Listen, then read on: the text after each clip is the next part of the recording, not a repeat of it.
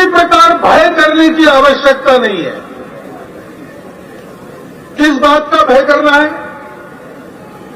हम अपने देश में हैं, हम कहीं दूसरे जगह से यहां पर घुसकर नहीं आए, घुसपैठ करके नहीं आए, हम बाहर से यहां बसने के लिए भी नहीं आए। हम यहीं पर जन्मे, इसी मिट्टी में पले, इसी देश के उत्थान में लगे पूर्वजों के वंशज हैं। यह हमारा देश है, यह हमारा हिंदू राष्ट्र है।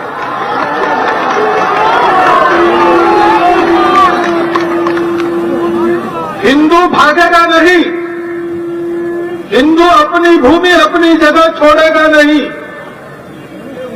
जो कुछ पहले की हमारी निद्रा के कारण गया है, उसको वापस लाने का पुरुषार्थ हम करेंगे।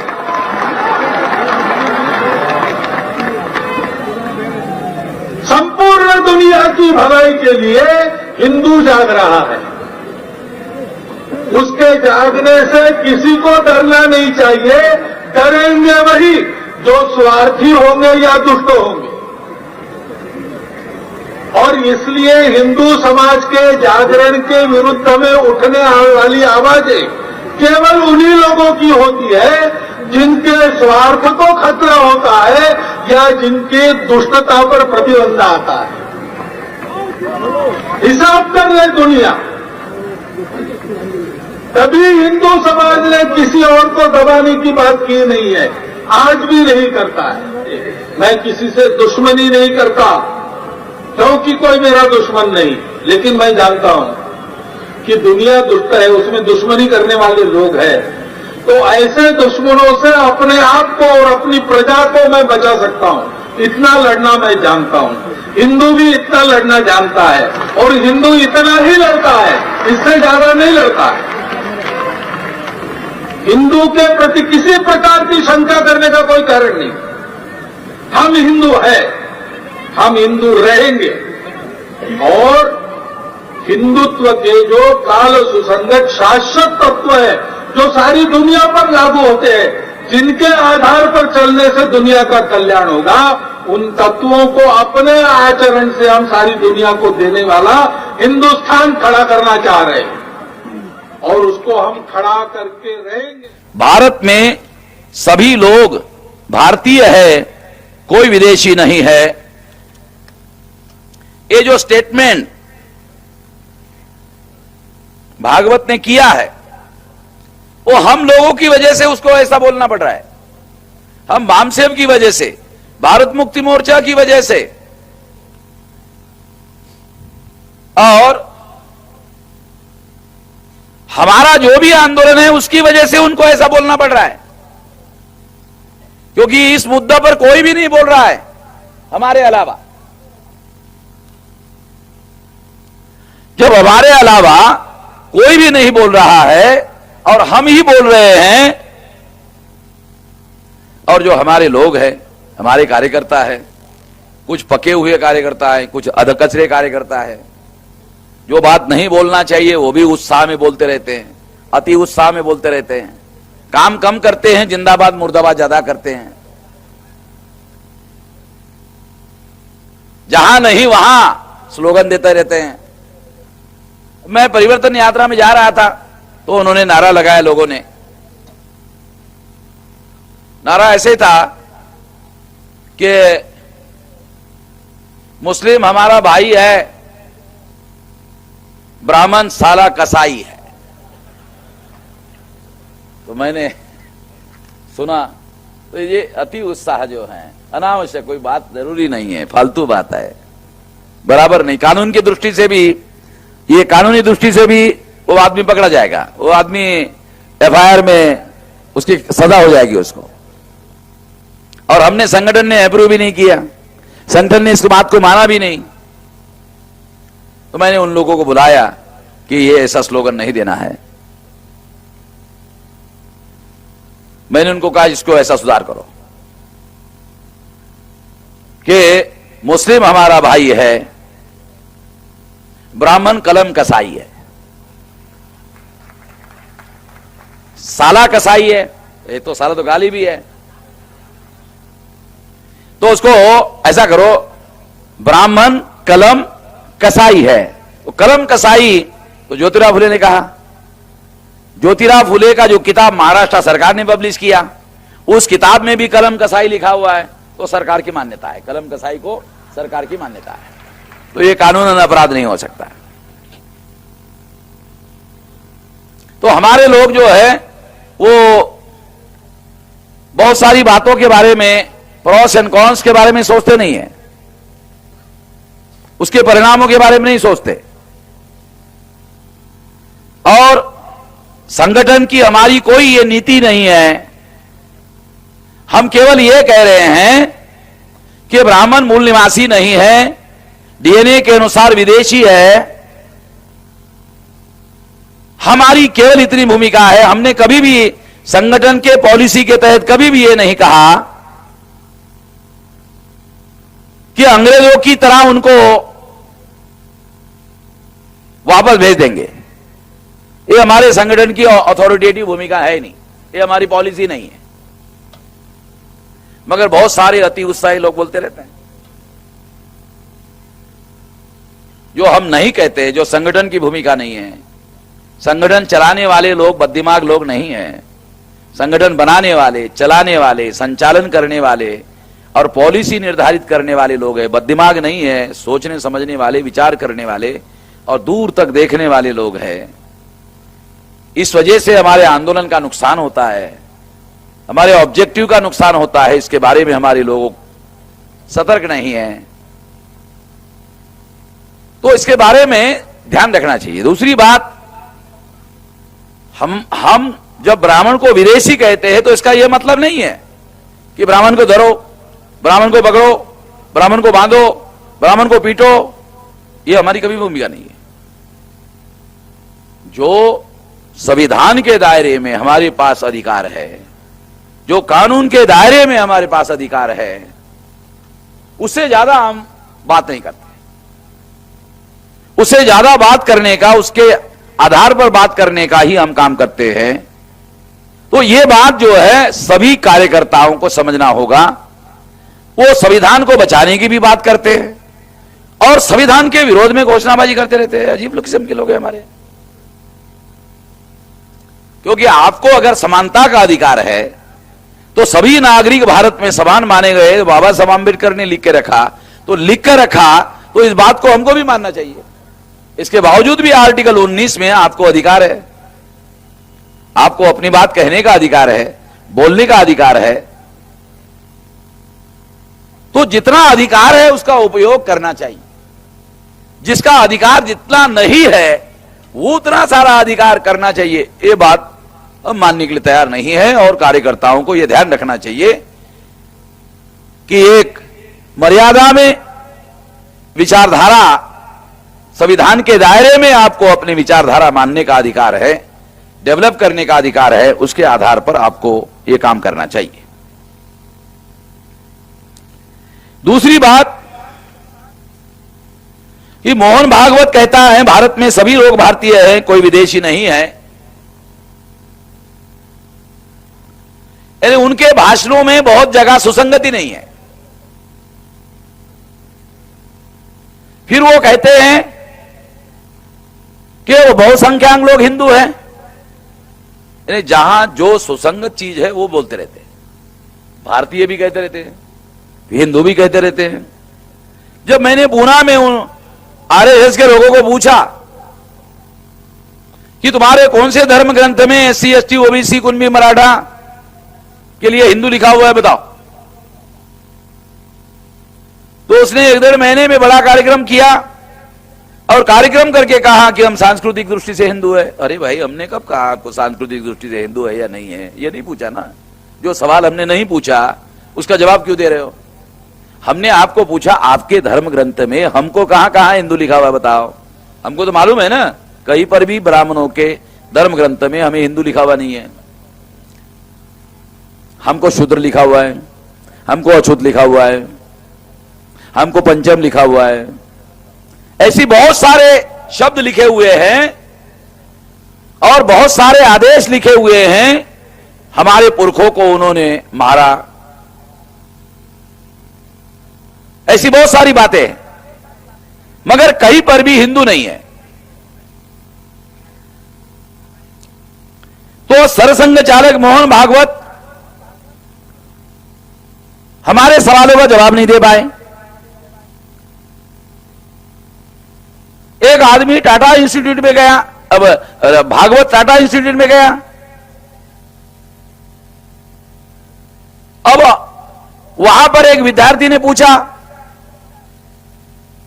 सवाल जवाब में मोहन भागवत को कि भामसेब के लोग आप लोगों के विरोध में बहुत कुछ बोलते रहते हैं, आपका क्या कहना है? भागवत ने कहा हम तो भामसेब के विरोध में कुछ नहीं बोलते। खास जवाब है ये, इसको बहुत सारे लोग समझेंगे नहीं। आरएसएस के लोग बोलते नहीं है, करते ज्यादा है। वो चालाक लोग है, होशियार लोग है, वो सीक्रेट प्रैक्टिस करते हैं, बोलते नहीं है। सीक्रेट प्रैक्टिस पर उनका ज्यादा, क्योंकि हमारे लोग इतने योग्यतावान लोग नहीं हैं कि सीक्रेट प्रैक्टिस को पकड़े, इतनी योग्यता हमारे लोगों के अंदर नहीं है। दूसरी एक और बात भी मैं कहना चाहता हूं, जब मैं पूना के कार्यक्रम के बाद दिल्ली गया, नवभारत टाइम्स में फ्रंट पेज पर सेकंड इन कमांड आरएसएस का सरकारी भैया जी जोशी, जो महाराष्ट्र का ही ब्राह्मण है, उसने वहां कार्यक्रम में भाषण दिया, फ्रंट पेज पे नवभारत टाइम्स में छप कर आया। उसमें उन्होंने क्या कहा कि हम हिंदुओं की बात कर रहे हैं, हिंदू धर्मियों की बात नहीं कर रहे हैं, हम इस देश में हिंदुओं की बात कर रहे हैं। यानी मैं जो पूना में सवाल पूछा, जब मैंने इसके बारे में ये कहा, अरे भाई मैं तुम्हारे धर्म ग्रंथ में हमर को हिंदू कहां लिखा है बताओ, तो पूना में सरसंघ चालक भागवत ने कहा कि हम सांस्कृतिक दृष्टि से हिंदू हैं। दिल्ली में उन सरकारी भैया जी जोशी ने कहा हम हिंदुओं की बात कर रहे हैं, हम हिंदू धर्मियों की बात नहीं कर रहे हैं। बहुत लोगों को बातें समझ में नहीं आती है, मगर उनका अमन मेश्राम के साथ पाला पड़ा हुआ है, किसी और के साथ नहीं पला हुआ पड़ा। हम लोग ये दाव पे समझते, एक शब्दों का खेल है। आम आदमी हिंदू और हिंदू धर्म का फर्क थोड़ी जानता है। आम आदमी, साधारण आदमी, उनका कहना यह था कि ये जो हिंदू शब्द है वो क्षेत्रीय शब्द है।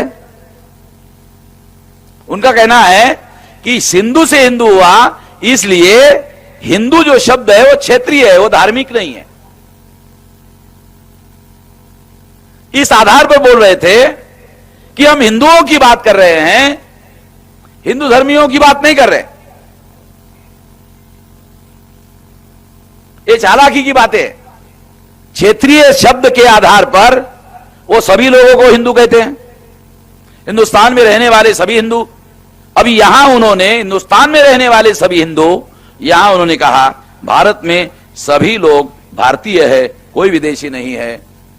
दूसरे संदर्भ में हिंदुस्तान में रहने वाले सभी हिंदू, और यहां भारत में सभी लोग भारतीय है, यहां भारतीय शब्द यूज किया। तो ये लोग जो है समय समय पर चालाकी से बातें करते रहते हैं। ये बातें संदर्भ में समझना बहुत जरूरी है, संदर्भ में बात समझ में आती है।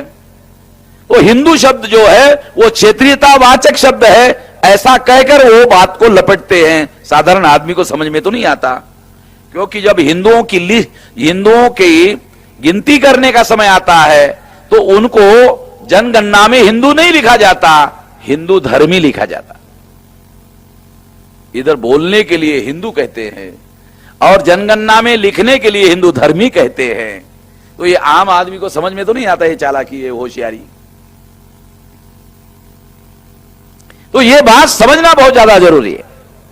दूसरी एक बात यह है, अगर वो हम सब लोगों को क्षेत्रीय शब्द के आधार पर हिंदू कहते हैं, तो हम कहना चाहते हैं क्षेत्रीय शब्द के आधार पर हम हिंदू नहीं हैं, क्षेत्रीय शब्द के आधार पर हम मूल निवासी है।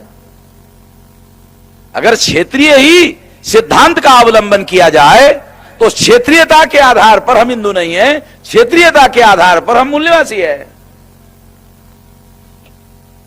मूल निवासी शब्द से ब्राह्मणों के लिए दिक्कत खड़ी होती है, हिंदू शब्द से अल्पसंख्याक ब्राह्मण को बहुसंख्याक बनने का मौका मिलता है।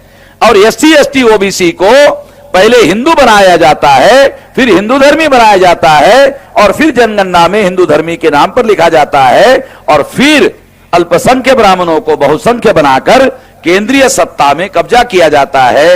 और जब ये सारे बहुसंख्य लोग हिंदू बन जाते हैं तो आप सोचते हैं कि इसका फायदा केवल बीजेपी को मिलता है। गलत बात है। जब इन सब लोगों को हिंदू बनाया जाता है तो इसका फायदा बीजेपी को मिलता है, इसका फायदा कांग्रेस को मिलता है, इसका फायदा कम्युनिस्ट को मिलता है, इसका फायदा मार्क्सवादी कम्युनिस्ट को मिलता है, इसका फायदा ममता बनर्जी को मिलता है, इसका फायदा सभी जो ब्राह्मणवादी लोग हैं, जो ब्राह्मण लोग हैं, और उनके क्षेत्रीय हो या राष्ट्रीय दल हो, सभी को फायदा होता है।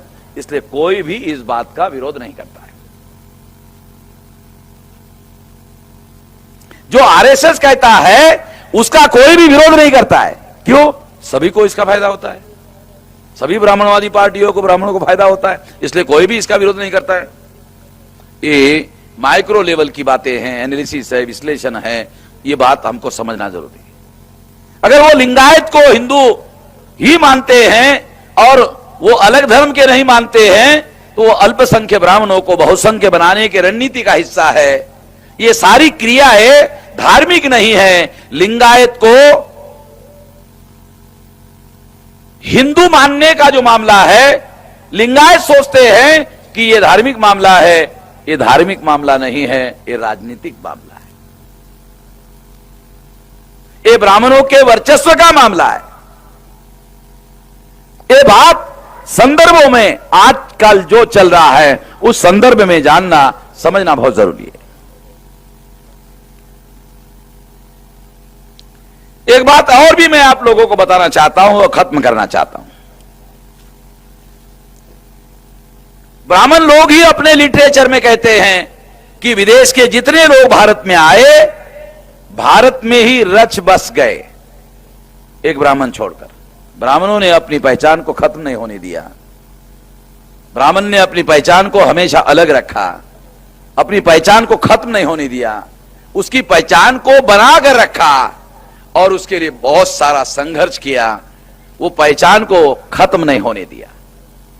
सभी आए विदेशी, सभी भारत में बस गए, रच गए और उनकी आइडेंटिटी समाप्त हो गई।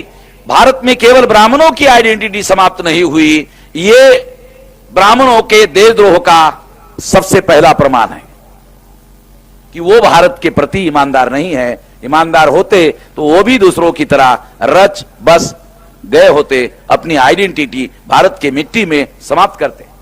उन्होंने ऐसा नहीं होने दिया। दूसरी एक बात और भी हम लोगों को समझना होगा, जो आजकल ब्राह्मण कर रहे हैं, प्रैक्टिस में कर रहे हैं, वो ये कि पहले 6000 जाति के टुकड़ों में हमारे लोगों को बांटा, 6000 जाति के टुकड़ों में हमारे लोगों को बांटा, तो बांटकर राज करते रहे, वर्चस्व करते रहे। मगर आज वो हमको यूनाइट करके अपना वर्चस्व स्थापित कर रहे हैं। यूनाइट कैसे कर रहे हैं? Unite in the name of Hindu.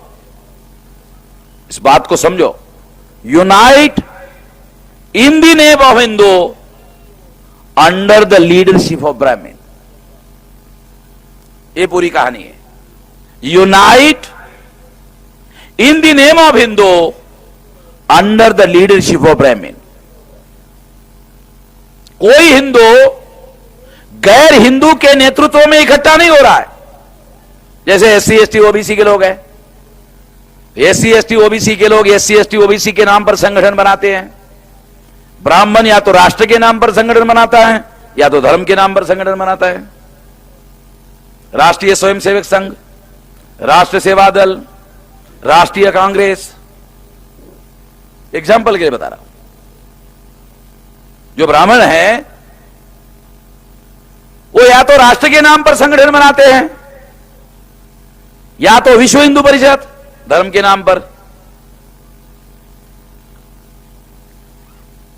Hindu रक्षा समिति, यानी हिंदू धर्म के नाम पर करते हैं या तो राष्ट्र के नाम पर करते हैं। ये बातें हम लोगों को देश में जो चल रहा है उस परिस्थिति को जानने और समझने के लिए बहुत जरूरी है।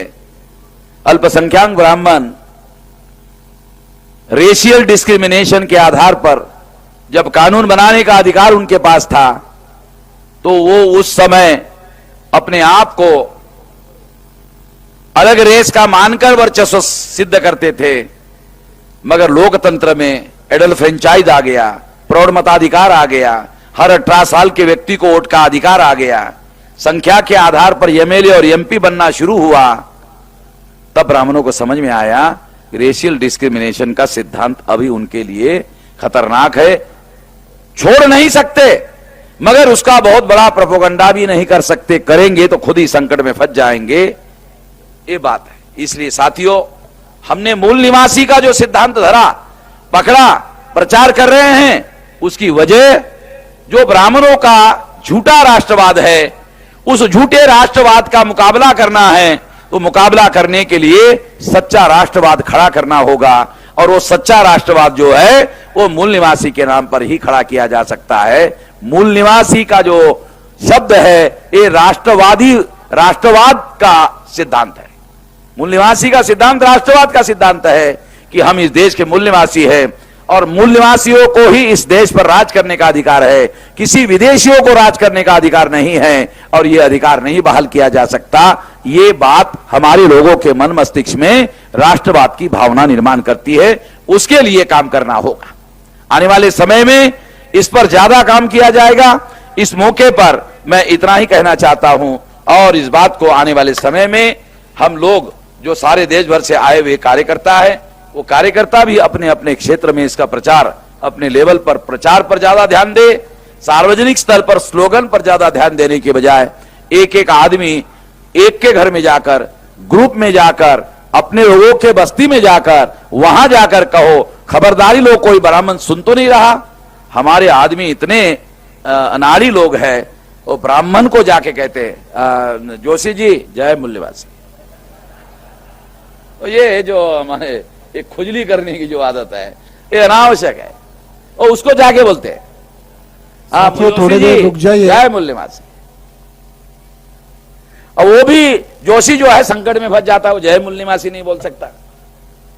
बहुत सोचने के बाद फिर वो उसके पास आता है, जोशी उसके पास आता है, कहता है अरे बाबा साहब ने तुम्हारे लिए इतना किया, उसका जय भीम तुमने बोलना बंद कर दिया है, जय मूल निवासी शुरू कर दिया और जय भीम तुमने कहना बंद कर दिया है। बाबा साहब ने तुम्हारे लिए इतना किया और तुम जय मूल निवासी बोल रहे हो, अरे तुमको जय भीम बोलना चाहिए। तो हमारे आदमी ने कहा पहले तुमको जय भीम बोलते थे, तुम जय भीम नहीं बोलते हो, अभी तुम जय भीम बोलने के लिए तैयार हो गए हो, जय मूल निवासी छोड़ने के लिए बोल रहे हो। तो ब्राह्मण जो है अपने मकसद को छोड़ता नहीं है, दावपेच बदलता है, उद्देश्य कभी नहीं बदलता, केवल दावपेच बदलता है। दावपेच बदलता है तो हमारे लोगों को बात समझ में नहीं आती, क्योंकि दावपेच समझने के लिए ऊपर के मजले में थोड़ा सा भेजा ज्यादा होना जरूरी है, इसका आसान नहीं है। तो इसके लिए हमारे लोगों को सही बात सही संदर्भ में जानना समझना जरूरी है।